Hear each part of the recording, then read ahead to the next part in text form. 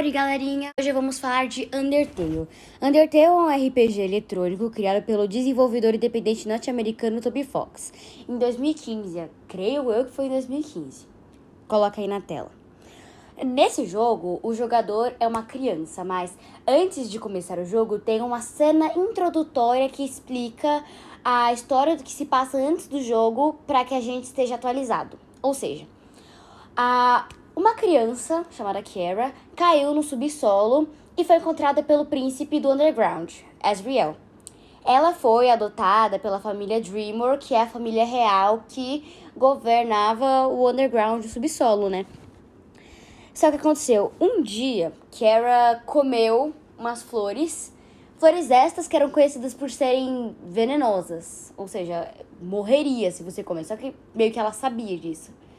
E o último desejo dela foi que seu irmão de criação, Asriel, levasse Kara para ver as flores douradas. Então, ele subiu até a superfície, só que os humanos interpretaram que ele tinha atacado a criança e que ela estava morta por culpa dele. Assim, ela estava quase morta. Então, atacaram Asriel. Logo, ele acabou voltando para o subsolo, morreu. Simples, ele morreu e virou uma flor. E o que aconteceu? Houve uma guerra enorme depois da morte dele e da Kara. Então, os humanos e monstros travaram uma guerra entre si. E no final, os humanos ganharam, selando, trancando os monstros no underground, o subsolo. E em um ano de 2000 e alguma coisa X, porque tá assim que tá no jogo, um outro humano cai no subsolo, muito tempo depois. Nossa, eles são selados há mó tempão. E não é o primeiro humano que cai. E esse humano é Frisk, nosso protagonista. Mais conhecido como Frisk, mas você pode dar o nome que você quiser para o protagonista. E a primeira coisa que acontece quando caímos no subsolo, a gente conhece o Flowey. O Flowey é uma flor que nos dá uma breve introdução dos mecanismos do jogo, como funciona ali no subsolo, tentando enganar a gente. Ele disse que a nossa alma, que é um coração vermelho que aparece na nossa tela, precisa de love. Love é amor. Só que no jogo, love é level obtido por violência. Ou seja, você ganha XP e leva assim, quanto mais você machuca outras pessoas. Então, ele fala que a gente deve ir em direção às pétalas da amizade. Diz ele que são pétalas da amizade. Confia. E o jogador vai. Simples. Dependendo do que você fizer, mas se você não for em direção às pétalas, o Flowey já vai dizer que você sabia do que ia acontecer e que tava só brincando com ele. Mas digamos que você foi em direção às pétalas. Logo, ele diz, você é muito idiota, quem deixaria a chance de pegar a alma de um humano e escapar aqui é matar ou ser morto. Daí ele vai atacar a gente e não tem uma escapatória pro ataque do Flowey. Porém, ele é impedido pela nossa querida karateca das ruínas, Toriel. Ex-rainha, ela ainda é rainha, tecnicamente. Mas agora ela vive nas ruínas, esperando pelos humanos que passam por ali, tentando nos proteger do Asgore. Que ele precisa de 7 almas para quebrar a barreira e poder voltar à superfície, porque eles estão presos lá, eles não podem nem ver o céu. É triste. Daí ela acolhe o humano e nos guia e ajuda a gente com os puzzles. Puzzles são tipo uns quebra-cabeça... Nossa, a dicção da gata. Quebra-cabeças que tem nas ruínas e em todo o underground, basicamente. Grande parte do underground tem vários puzzles para resolver. Então, ela também, de certa forma, ajuda a gente a entender um pouco mais sobre a mecânica do jogo. Logo que ela nos guia pelas ruínas, ela leva a gente até sua casa. Toriel é basicamente a figura materna do jogador dentro do jogo, porque ela trata o jogador como se fosse um filho e quer proteger essa criança. Porém, o jogador não tem a opção de ficar lá para sempre. Então, a nossa única opção é sair das ruínas. Toriel nos treina e fala que se você tiver uma interação com algum outro monstro, tente ter uma conversa amigável. Nem todo monstro está procurando uma briga com você. Então, você tem algumas opções. Você pode fugir, não falar nada, poupar o monstro. No caso, a gente treina com um boneco. Mais pra frente, esse boneco é importante. ou a gente pode simplesmente atacar o boneco. E são essas 3 ações que definem basicamente o jogo inteiro, porque você tem 3 rotas. Não 3 rotas exatas, porque neutro tem muitas variações da rota neutra. E isso é incrível, porque dependendo de qualquer detalhezinho que você faz, tipo, você deixar todo mundo vivo e matar só Papyrus, ainda assim você vai... dá bosta. O que acontece? As rotas neutras você pode adquirir matando alguns monstros e poupando outros. A rota do genocídio é onde você opta por matar todo o underground, o que eu acho que é muito insensível, e eu vou explicar o porquê essa é a pior rota para se seguir. E também tem a pacifista, onde você escolhe ser amigo de todo mundo ali. Tipo, todo mundo ali você vira amiguinho, cria memórias, e isso é muito legal. Como o protagonista quer sair das ruínas, Toriel não quer deixar porque, de acordo com ela, todos os humanos que saíram das ruínas de sua proteção morreram. Logo, ela não tem outra escolha a não ser fazer Frisk, nosso protagonista, provar que é forte o suficiente para sobreviver lá fora. Então, Toriel desafia Frisk para uma batalha, um duelo, pode-se dizer assim. E ela, em qualquer momento que você estiver seriamente ferido, ela não vai, te atacar, porque você pode morrer, dependendo se ela fizer um grande golpe crítico. Então, ela vai tentar convencer a gente a ficar nas ruínas, mas se você continuar persistindo mais, ela vai deixar você ir embora. Mas ela diz assim pro protagonista: uma vez que você sair, por favor, não volte. Isso é muito triste. Sério, eu fiquei muito triste com isso. E uma vez que saímos das ruínas, chegamos a outro lugar muito diferente e com a temperatura bem mais baixa. Estamos falando de Snowdin, eu vou falar que é um bioma, um outro negócio aí. É meio que fosse um bioma diferente. As ruínas é um lugar meio mais feito de rocha, uma estrutura mais, né? Enquanto Snowdin é basicamente inverno. Pronto, acabou. E em Snowdin, bom, gente, eu tô resumindo algumas coisas. Por exemplo, o Napstablock eu não falei sobre ele, porque eu não acho que afeta muito assim na história. Ele é um dos personagens secundários, então eu não acho que valia muito a pena falar dele na parte das ruínas. Prosseguindo com o vídeo, quando chegamos a Snowdin, conhecemos um dos primeiros personagens que mais cativou o fandom de Undertale inteiro. E quando eu digo isso, eu não digo brincando, ele é o personagem número 1 de todos os fãs de Undertale, basicamente. Ele tem, tipo, uma série só dele. Uma série fan-made, óbvio, chamada Underverse. Depois eu falo pra vocês sobre essa série, vou fazer uma breve avaliação e vou falar pra vocês como é Underverse, que é uma série que vale muito a pena vocês verem, é muito perfeita. Sans nos é introduzido como um personagem preguiçoso e que faz trocadilhos tão ruins quanto as minhas provas de matemática. Pois é, piadas com ossos e outras coisas, porque ele é um esqueleto, porque todo mundo ali no Underground é uma variação de um monstro, mas não significa que eles são ruins. Tanto que tem uma grande reflexão no final do jogo sobre esse negócio de humanos e monstros. E depois que nos é introduzido Sans, nos é apresentado outro personagem muito cativante também e que é um dos meus favoritos, não tem como não ser Papyrus. Papyrus é o irmão mais novo de Sans, mas que parece ser mais velho porque ele é bem maior do que o Sans. O Sans é muito baixinho. O que acontece? Papyrus é o completo oposto do irmão. Papyrus é super sociável, ele é muito animado, sempre quer testar coisas novas, ele tá sempre ali na ativa. E o sonho dele é ser parte da Guarda Real pra conseguir socializar e fazer amigos, porque ele tem muita dificuldade em fazer amizade no subsolo. E o Papyrus é uma pessoa muito fofa e gentil. E é isso que mais, sabe, nossa, derreteu meu coração quando eu conheci esse personagem. Ele é simplesmente incrível, 0 defeitos. Tirando ele ser meio lerdinho. Mas ele é incrível, sério. É um dos melhores personagens que tem no jogo. Prosseguindo, Papyrus, ele tem meio que nos entregar, assim, né, pra Undyne. Depois eu vou explicar quando a gente chegar, como é que é? Em Waterfall, que ela vai ter sua primeira aparição. Porém, ele não consegue, porque dependendo da rota que você tiver, ou ele morre, ou então você vira super amiga dele. Então, nossa, tem até a opção de ir no encontro com o Papyrus. O Papyrus é perfeito, gente. Incrível. Você vira super amiga dele e ele acaba não entregando a gente pra Undyne, dependendo do que você fizer.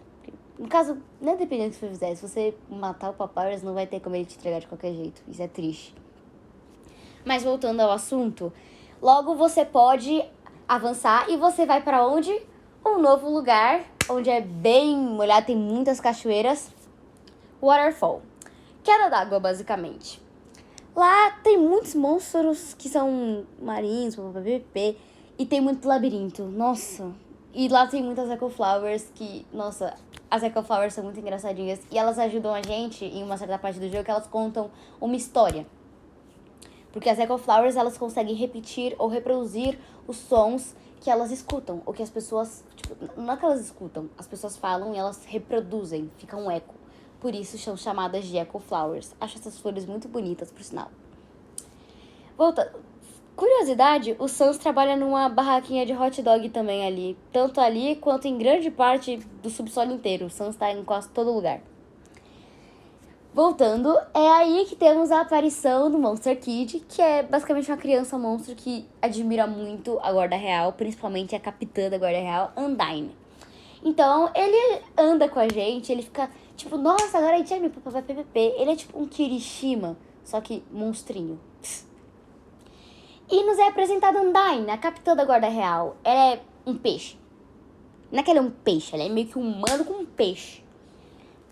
É difícil explicar. Tá aí na tela a imagem da Undyne. A Undyne é uma guerreira destemida, ela é super corajosa. E ela é, tipo, muito, tipo, esforçada. Quando ela quer alguma coisa, ela vai lá e consegue. E, ou seja, ou você morre nas mãos dela inúmeras vezes, porque, meu pai amado, a batalha dela, se você não estiver fazendo genocídio, é muito difícil. Tá, beleza, não tô difícil contra alguns, porque engraçado que contra a capitã da Guarda Real foi fichinha, pra mim, pelo menos, passar. Mas com relação a Muffet e alguns outros monstros, eu fiquei encascada. Pois é, né? Quando se faz a rota pacifista, é um pouquinho mais difícil as lutas. Diferente da rota genocida, onde tudo que você faz, tipo, você mata todo mundo, você vai ganhando mais love, você fica mais forte, então fica bem facinho, sabe, as lutas. Com exceção de uma luta que vocês ainda vão descobrir qual é, porque é um grande plot twist. Voltando, se você fizer a rota pacifista, você vai cansar a Undyne e ela vai desmaiar de exaustão. E você vai meio que dar um copo d'água pra ela, porque, tipo, Hotland é muito, muito quente mesmo. E é aí que entramos em Hotland. É basicamente mais no inferno, só que não tão ruim. Porque é literalmente lava e é literalmente muito quente. Tipo, a água cai no chão, ela evapora de tão quente que é... Gente, esqueci. Gente... Tá, beleza. Ai, Hotlands. Nossa, meu Deus, 1000 anos. Né, tudo bem. E a gente anda pro Hotland, a gente vai pelos guardas. E lá que a gente encontra a doutora Alphys, a nossa cientista real. Ela é otaku, nerd e muito, muito fã de Milk Security. É o nome de um anime de garotas mágicas. E ela tem um crush na Undyne. Ela também criou um robô chamado Metaton, que é um robô que serve para entretenimento. Ou seja, ele é a única estrela de TV que o subsolo tem. Ou seja, tudo que passa na TV é só o Metaton. E o Metaton, ele tem o objetivo de quê? Matar o humano, ou capturar simplesmente o humano. E a gente tem que ficar se desviando disso para PVP. E a gente conta com a ajuda da Alphys. E ela ajuda também melhorando o nosso telefone e nos dando até uma mochila jetpack. Ou seja, a Alphys ajuda muita gente. Mas a gente descobre que no final quem programou o Metaton pra ser assim com a gente e tentar matar o humano foi a própria Alphys. Mas a Alphys é muito legal. Sério, muito perfeita. E a gente tem a batalha com o Metaton. Até aí tudo bem. Então a gente vai prosseguindo, vai matando outros monstros, Nossa, é muita coisa. Também tem a Muffet, que depois a gente chega como se fosse um negócio só dela, uma área que é só das aranhas. Se você conseguiu um cookie no começo do jogo nas ruínas e até agora você não comeu ele pra conseguir mais EXP, creio que é XP, né, gente? Tá, beleza, acho que é XP. Você provavelmente vai passar de boa porque você comprou. E tem ali a prova de que você comprou um dos biscoitos de aranha dela. Porém, se não, você não tiver, tipo, muito dinheiro, tipo, como se você fosse vender sua alma pro diabo, porque, meu Deus, ele é muito capitalista. Basicamente, você tá frito na mão da Muffet. Porque ela é uma aranha e ela meio que quer acabar com você porque você maltrata a aranha, de acordo com os rumores. E se você não comprou biscoitos dela, me desculpe, parceiro, você tá bem ferradinho.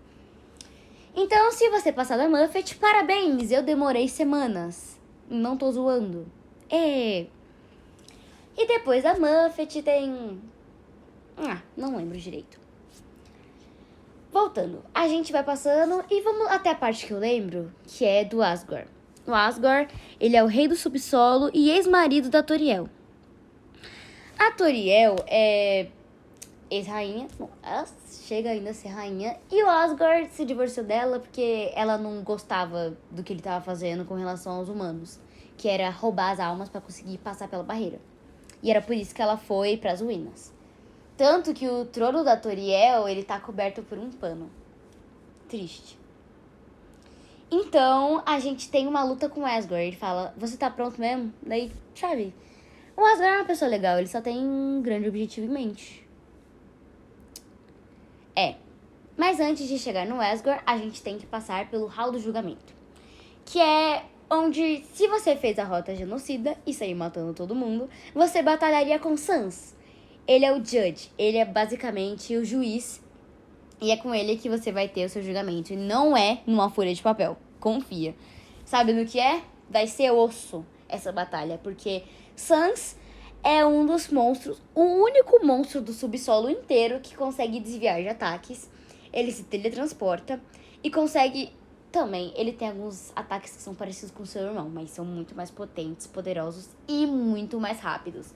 Ou seja, Sans é um dos monstros mais poderosos do subsolo, sem sombra de dúvidas. E quando a gente chega ao Asgore, temos que batalhar contra ele. Eu fiquei penando e até agora eu não passei do Asgore. Desculpe. Basicamente é isso. Ou seja, se você não tiver itens, se você não tiver ou então uma torta da Toriel ou muito love, você tá muito ferrado. Você vai demorar muito pra passar dele. Eu até hoje não consegui. E provavelmente não vou conseguir porque eu não tenho mais Undertale. Porque deu merda no meu PS4. Mas em suma, é basicamente isso que acontece. Daí que eu me lembre que acontece mesmo, putz. Gente, eu não consigo lembrar. Beleza. Na rota pacifista, se você fez o pacifista, o Asgore vai aparecer... O Asgore não. O Ezreal, que o nome é muito parecido. O Ezreal vai aparecer pra você. E no caso a Flowey, e vai se converter em Ezreal, que é meio que vira um deus da hipermorte, sei lá das quantas. E tem uma grande batalha que eu acho, tipo, meu Deus. Tipo, oi? É muita coisa, tipo, pra Undertale, que mal tem cor direito, é muita cor, porque os ataques dele é tudo colorido, é PVP, nossa, é uma grande batalha. Se você fez a rota neutra, provavelmente o Flowey vai virar uma TV estranha, que é uma TV barra planta, que prende todos os seus amigos em vinhas, é bem loucão. E se é o genocídio, você vai simplesmente matar a Flowey e vai simplesmente ficar tudo preto, porque agora vamos falar sobre o que realmente acontece com a rota genocida e o porquê eu tenho um grande problema com essa rota. A rota genocida se baseia em você não ter piedade nenhuma para com os monstros e matá-los. E você, na minha opinião, Kara, que é um dos personagens que nos é apresentado assim inicialmente no jogo, ele aparece nessa rota. Ou ele ou ela, não lembro direito. No caso, não tem um gênero definido. Nem ele, nem Frisk. Desculpa chamar de ele, que eu tô acostumado com as pessoas chamarem assim. Logo, fala que vai ajudar a gente quando a gente cai em Waterfall. causa de uma coisa que aconteceu com a Undyne durante uma luta que ela meio que faz ele cair de uma ponte. E aí que temos a nossa primeira interação com Kara. Kara é nada mais nada menos que o primeiro humano a cair no subsolo e que não é ruim, mas que as pessoas enxergam Kara como o personagem ruim da história. Mas na minha opinião, Kara só vai de fato tomar conta do jogador, da Frisk no caso, se você deixar. Porque se você trilhar o caminho pacifista, nada vai acontecer e tudo vai ficar bem. Vão finalmente ir pra superfície, a barreira quebrada e tudo fica muito lindinho. Porém, se você escolhe o genocídio, as batalhas ficam chatas, entediantes, muito fáceis, todo mundo morre e você simplesmente se torna um monstro. E a questão de quem é mais humano e quem não é mais uma questão de espécie, é questão de saber ter limites e ter consciência. Algo que muitos jogadores não têm e que, na minha opinião, não é porque é um jogo que você tenha, a liberdade de sair matando as pessoas. Porque, na minha opinião, o verdadeiro monstro do jogo é o jogador. O jogo mostra pra gente a dualidade da vida e como as suas ações têm consequências. Porque uma vez que você completa o final genocida, você fica sozinho no escuro e ou você apaga o mundo ou você fica completo vazio. E mesmo que você faça a rota pacifista depois, ainda tem uma coisa suspeita que acontece no final da rota, em que os olhos de Kara brilham, dando a entender que vai rolar mais um genocídio.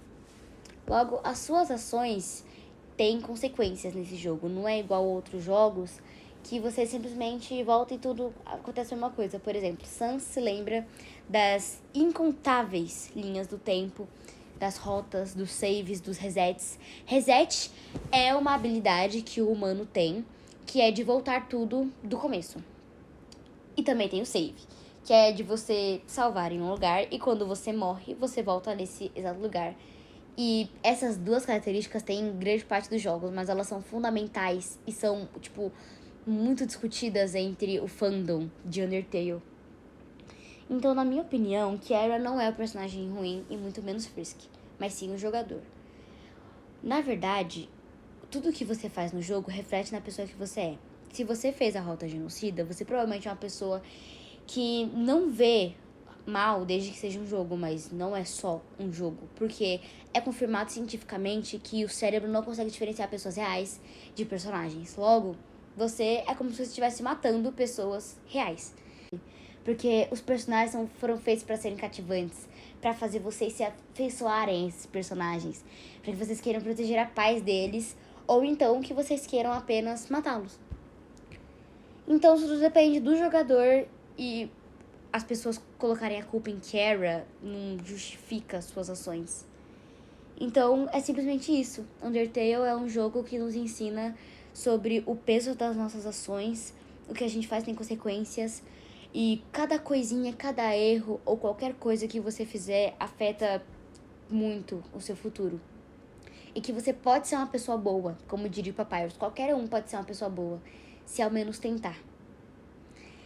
E é basicamente isso. É um jogo que fala sobre amizade, sobre ter consciência dos seus atos, que mostra pra gente que não tem essa de você é um monstro, eu sou um humano, e por isso você tem menos emoções que eu e você vale menos do que eu.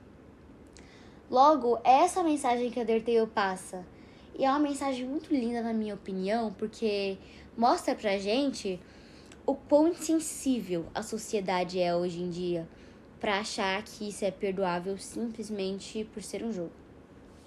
Bom, me despeço de vocês agora e quero que reflitam sobre isso. E a próxima vez que vocês forem jogar um jogo, a não ser que seja um jogo de tiro ou de sobrevivência, aí é outra história, na minha opinião pelo menos.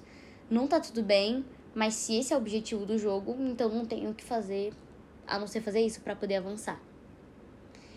Então, beijos pra vocês, foi muito legal falar com vocês. E espero que esse vídeo, na opinião de vocês, nossa, eu falei muito vocês, tenha sido sensacional. E foi muito osso fazer esse vídeo, sinceramente. E eu espero de verdade que todo mundo que assistiu esse vídeo reflita e vá jogar Undertale. Também tem. Não seja a versão hackeada, por favor, pague, porque Toby Fox não fez à toa o negócio. E os esforços dele não foram à toa pra você simplesmente hackear e jogar de graça. Beijinhos!